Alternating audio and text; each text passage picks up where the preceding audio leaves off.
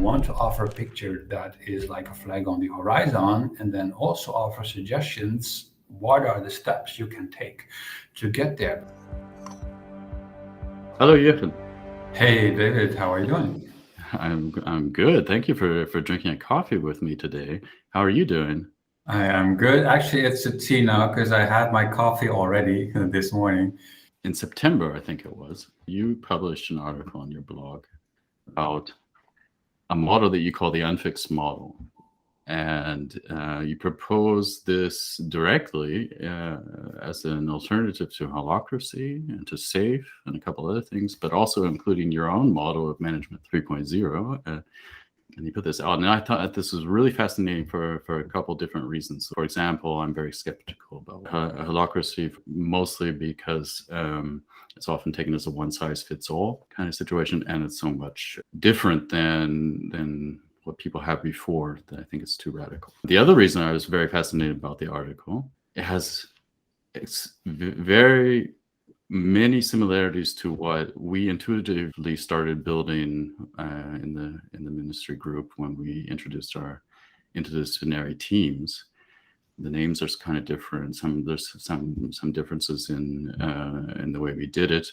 You have a scale possibility in your model that goes beyond what our size was, but it was just like, oh wow, okay, we did a lot of stuff right. And what I wish we had your model back then, because we probably would have had more confidence in a lot of what we were doing.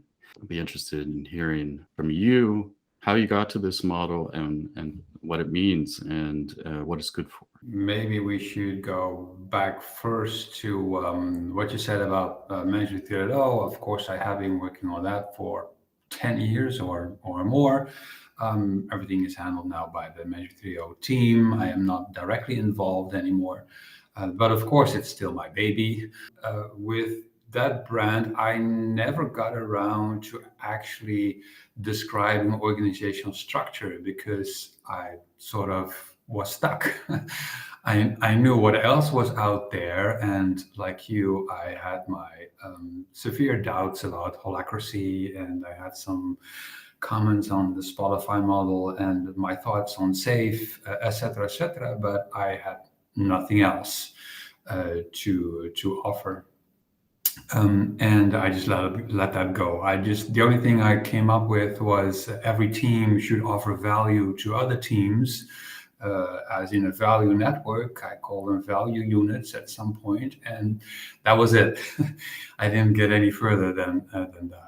Other things happened. I read the book Team Topologies by Manuel Pais and Matthew Skelton. I read Dynamic Reteaming by Heidi Helfand. And then new ideas flooded in from other people that allowed me to make progress with my thinking. And that led to unFIX. So basically, they helped me to get unstuck with my thinking.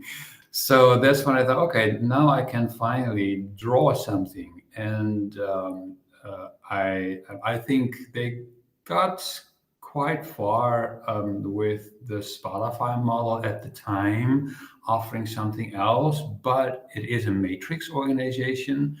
And of course, they never turned it into something that you could get certified in, or something with a business model behind it or whatever. It was just a blog post and a video, and that was it. And even Spotify didn't really adopt it. But the ideas in it were pretty good, actually. And it has been successfully copied and modified, including ING Bank here in the Netherlands, of which I am a customer, a happy customer, I must say. So good for them. But we need something else, I am convinced. And that's where my thinking comes in. I'm trying to make the next step, also including the insights of not only the books that I mentioned, but we are now post-corona, almost, I hope. We're suffering from the fourth wave now here in this country, but I'm sure at some point it will be behind us, and we're entering a new phase in our lives.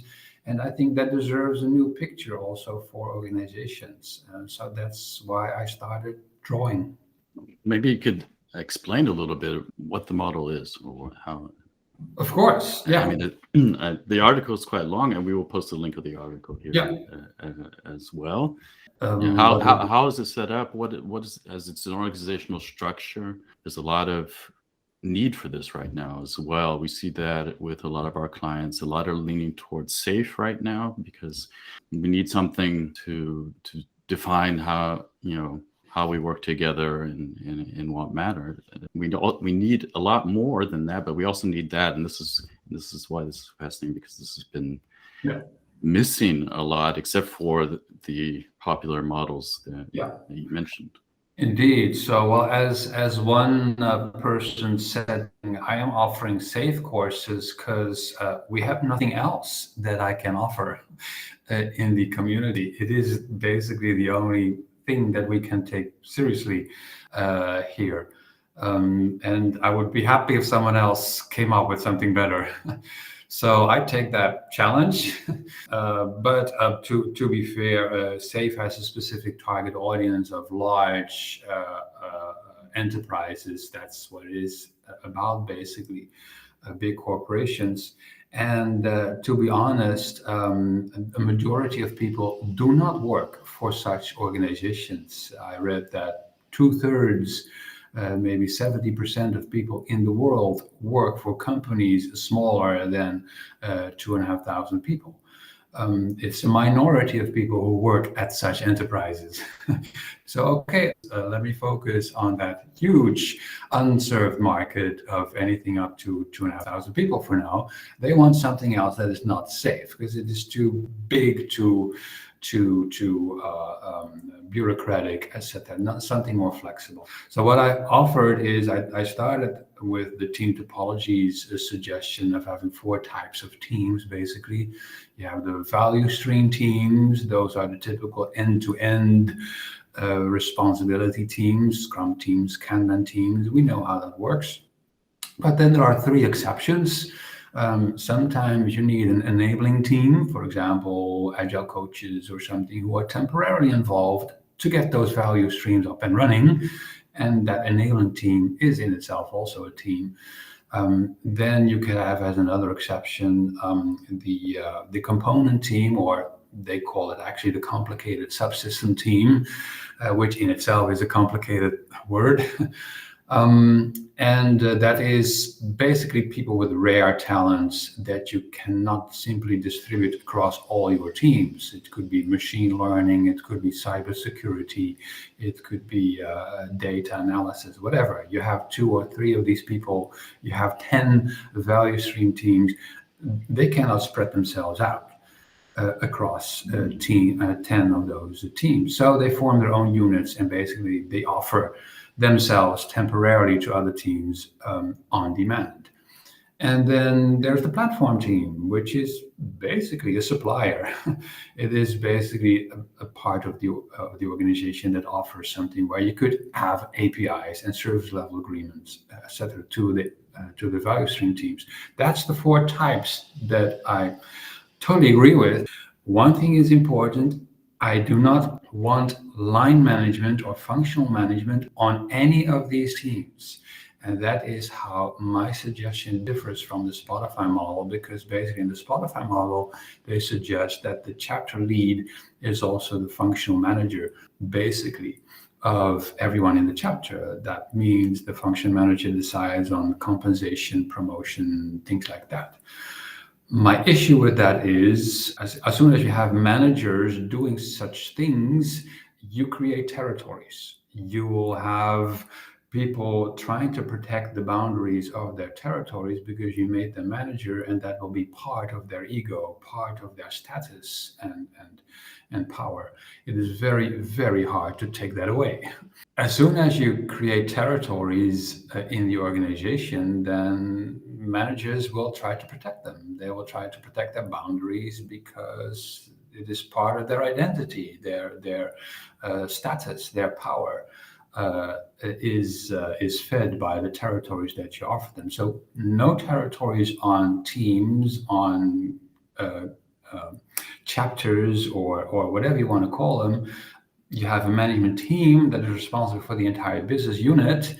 And they do everything. They do the compensation, promotion, etc., and everything else should be very flexible, very fluid.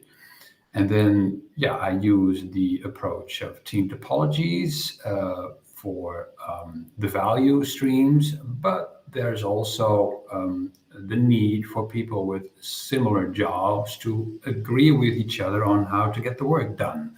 That is what chapters are for in the Spotify model. I offer something similar. By the way, I call them crews, because I like the idea that teams are by default temporary. Temporary could mean 3 days, 3 weeks, 3 months, 3 years, but there is an end date by default, like an expiration date on everything that you buy. So I like the word crew instead of team or squad.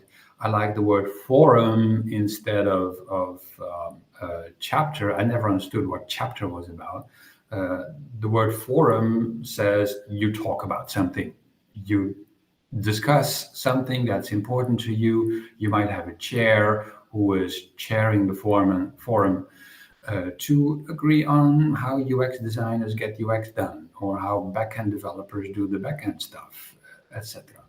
And so that goes orthogonal through the crews in a similar way as the Spotify model, but with the main distinction that there's no line manager on either the crews or the forums. So that's the main difference, I think, with the Spotify model. And the management team is, I call them the chiefs of the business. I saw that pattern in my travels around Europe a couple of years ago when I was working on my last book, Startup, Scale Up, Screw Up. I basically encountered multiple times that there was a product person, a marketing person, a technical person, or something like that. Usually 2, 3, maybe 4 people who were the management team. They led the entire unit, and everything else within the unit was quite anarchistic sometimes. But people formed crews depending on circumstances. They had forums to talk about things, but it was fluid. It was easy to change things because there was no management responsibility, no territory. So that's the main distinction. One way in which this sets itself apart from SAFE, for example, is that specifically does not describe where management sits. They can't, because that would make it impossible to sell. They sell to a large target audience of corporates that already have their existing management layers. So they say, well, you can just overlay this model, SAFE, on top of your existing management structure. It doesn't bite. And then by default, you will have a matrix structure, because suddenly people have 2 structures that they need to keep in their heads. So they're not solving the management issue because it's impossible practically for them, I think, to solve it at that scale. So they don't bother. But then by default, you have a management organization, a matrix organization, just as the Spotify model ended up being. And there's quite a lot of literature out there that says matrix organizations lead to a lot of problems. Actually, I'm reading books on organizational design now. They already describe that companies are moving away from matrix organizations. It's been tried, it didn't work. Let's move on. So don't do that. I think a lot of organizations already exist try to keep the hierarchy they already have, because it's very difficult to change that without degrading somebody. And we have to find new ways to say that different kinds of jobs are still very valuable, even if they aren't higher in the hierarchy. Yeah. And that's also why I love your description of the captain in the crew, which you hadn't mentioned that, but say, hey, the captain is responsible for the journey, responsible for getting the crew along, looking what do we need for this journey, how to fulfill this, what are our needs, but not are you going to get a promotion, do you get more pay, how's your personal development. That would be in the unit, like you said. And I also like the scalability of this. I mean, for us, the unit was the whole organization. Even if we have a couple more companies, we're on that scale, but it still works. So you can also still do this. How can the unFIX model be maybe more easily and realistically adapted to what is already there, so that we don't have such a big cut? Is something I noticed too. If you throw everything away, it's going to be a huge cost to try to do something completely different. Yeah. But we need to do some things different. How can the unFIX model help people to go in a new direction without disturbing them too much? Well, that's a really good question.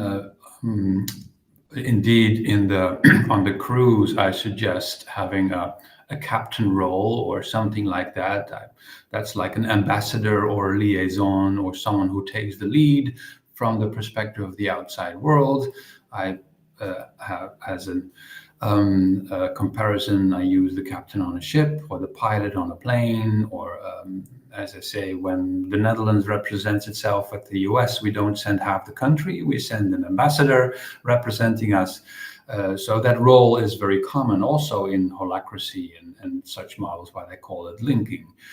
But indeed, you have to offer organizations a way to get there if the captain is not supposed to line manager or functional manager, and in many organizations that person is. I have been responsible myself of making team leaders responsible for compensation, etc. A mistake, I think, in hindsight, was a long time ago. I will never do that again. But as we often say in the Agile community, we have to start where people are and then offer them a picture of where they could end up, and then work in small steps in that direction. So if you have, for example, a team manager, why not say, hey, we're going to rearrange how we do compensation in the business unit. The management team will take care of that. Your input will be used, of course, but that decision part will take away. You might get something else in return to compensate for your feeling of maybe diminished power and status. They could discuss that, what the captain would like to see. But those are small steps in the right direction, until at some point the captain might leave the organization, or that person, team manager, leave the organization, someone else moves in, and you redefine how that role basically will work. But then you have a step-by-step approach, at least an idea of how to get there where you want to end up. And we discussed both Holacracy and SAFE before. I think Holacracy made the mistake of having this picture that is too far-fetched, too completely crazy for most of the world, impossible to implement for that reason. And you can see that very few people are still talking about it. Actually, Google Trends shows it is downward from there. And SAFE has the opposite direction, opposite approach. They say, let's not touch it. Let's not touch the management layers. Let's keep it as it is. And that's also, I don't think, a good option. You have to show people where you want to go with the management structure. So I think there's work to be done there for me and other people. I want to offer a picture that is like a flag on the horizon, and then also offer suggestions. What are the steps you can take to get there? Because I don't expect people to just roll this out in a matter of 1 or 2 months in an organization. No, they have something that exists. They want something else. So where should they start? They need some viable options there. I think that's the way to do it.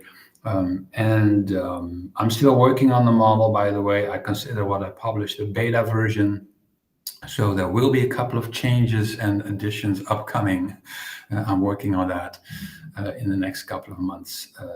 Then I see that as my next challenge, how to teach organizations, or basically how to learn from organizations what what their current structures and challenges and issues are, and what we can solve together to get them where I think they have a better future. Well, thank you very much. It's a good way, I think, to finish our coffee break for today, and a bit of inspiration for the future. And I'm looking very much forward to what's coming. I'm looking forward to learning from it, but I would also look forward to helping spread this into the world, because I think it is something we need.